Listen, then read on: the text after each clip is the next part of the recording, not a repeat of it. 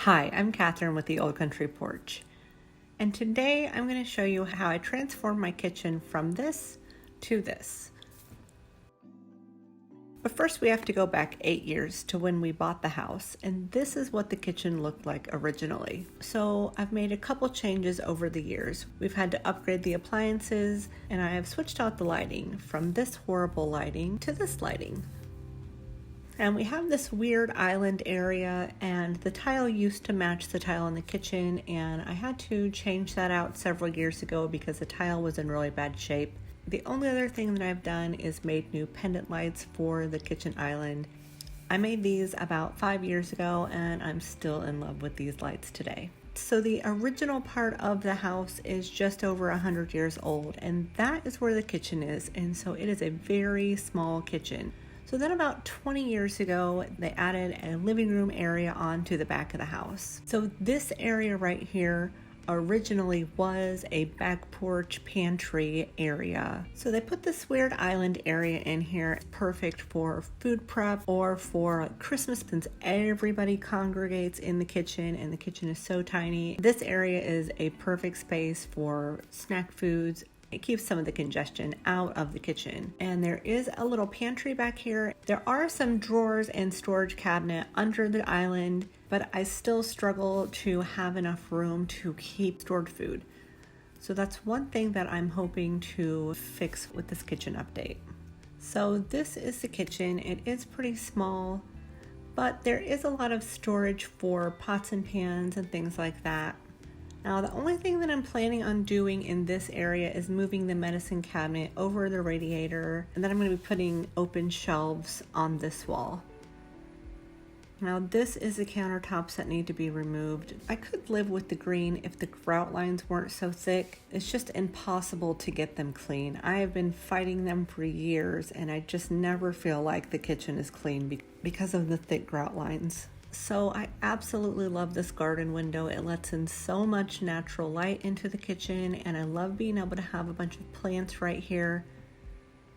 Unfortunately, it desperately needs to be replaced. The gas inside of the window panes are completely fogged up. Unfortunately, they are incredibly expensive to replace. So for this update, that's not something that's going to happen. But I am going to try to come up with a way to kind of mask how ugly the window panes are. So this is the spice rack that inspired the whole design of the kitchen. I have fought with this spice rack for years. You can't find anything in it. You either have to pull half of the spice rack out to find what you're looking for, or you do find what you're looking for, and when you go to pull it out, it falls directly into the pan that you're cooking in. That has happened to me so many times.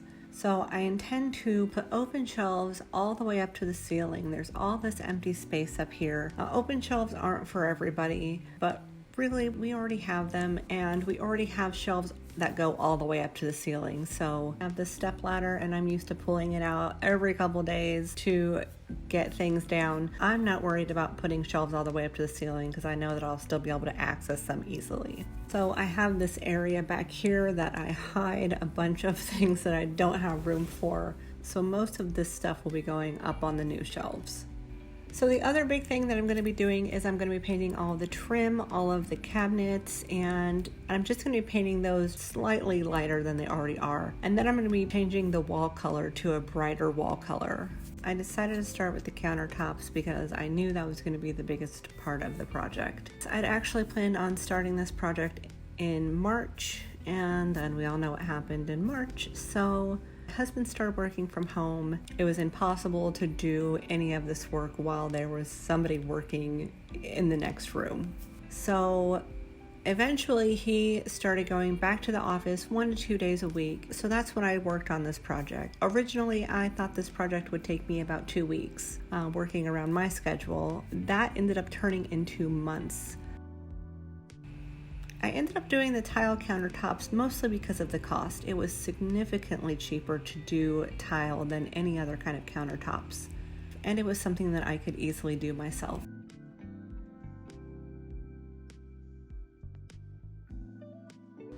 And I wasn't sure if I was even going to like the countertops until I got the grout on. And then they just looked so much cleaner and brighter, and I just absolutely loved them. So the next thing I did was I covered everything that was not getting painted because I used a sprayer to paint all the trim.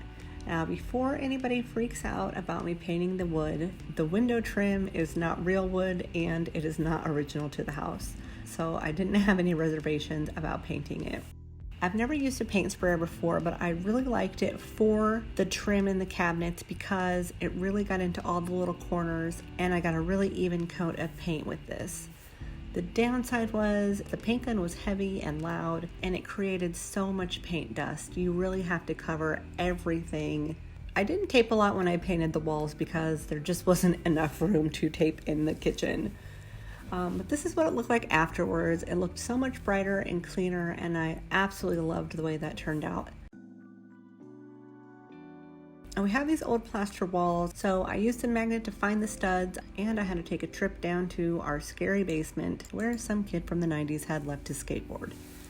But through all the cobwebs, I was able to see where all of the pipes and electrical came up through the walls, so I knew where to avoid. So I ended up using painter's tape where I was going to put the shelves and for where the brackets needed to go. And then I just made this little template so I knew all of my screws would be exactly in the right place.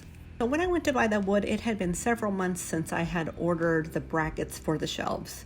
And I had misremembered how big the brackets were. They ended up being about an inch too short.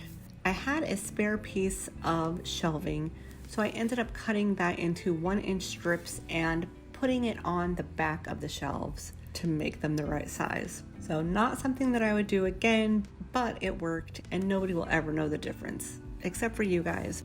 But I am trusting you not to tell anybody.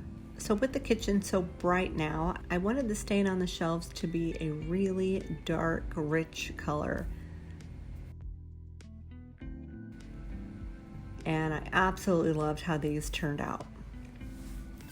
Now when I went to put the small shelves on this side, I ran into a problem because there was only one stud that ran down the middle of the wall, and that's not where I needed my brackets to go.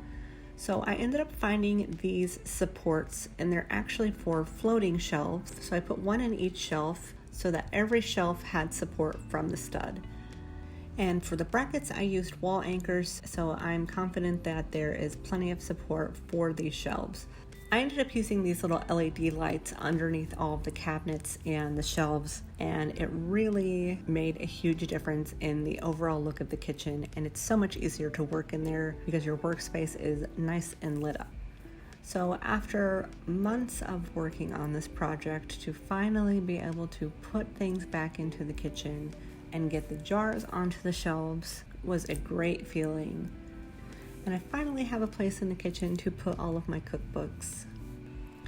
The next 2 videos that are coming out on my channel are going to be tutorial videos on how I made the labels for the jars and how I did the spice rack. I just have to finish editing those, and those will be up next. If you're not subscribed already, make sure to hit the subscribe button so that you can see those videos and find out how I was able to make this whole look come together. So the spice rack that inspired my whole design turned out better than I ever could have imagined. I absolutely love it. And finally, it was time to move the plants back in the kitchen. So the herbs have been living on the front porch and they haven't done very well out there, so they're looking a little bit rough.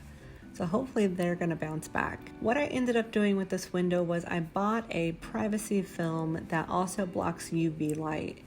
And I put that up and it kind of masks the ugly window panes a little bit, but I'm not really worried about it. I ended up putting in a new faucet because the old faucet was literally falling apart, and so that was kind of a last minute thing that I thought when I have the whole kitchen taken apart, I might as well change out the faucet.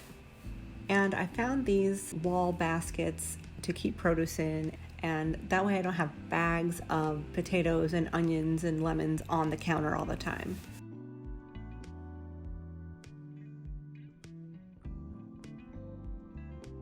And for the first time, I'm able to have decorations in the kitchen, which I've never been able to have before.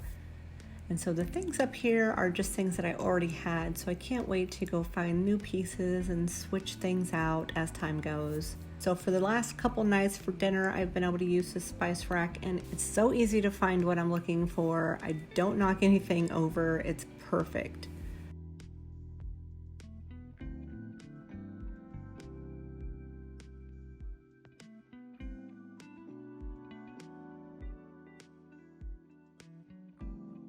And this basket up here holds all of these little packets and food coloring and cupcake sprinkles and all of these little things, and the basket keeps them nice and hidden and out of the way.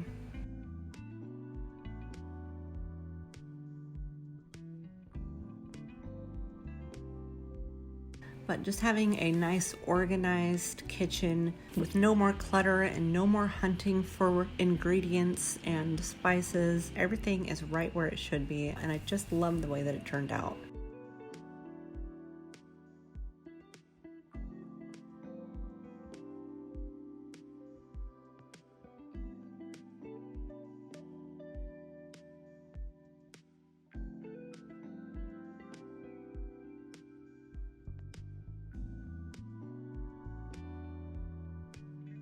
And if you like this video, make sure to give it a big thumbs up and hit the subscribe button if you haven't already. And thank you so much for watching, and I'll see you next time.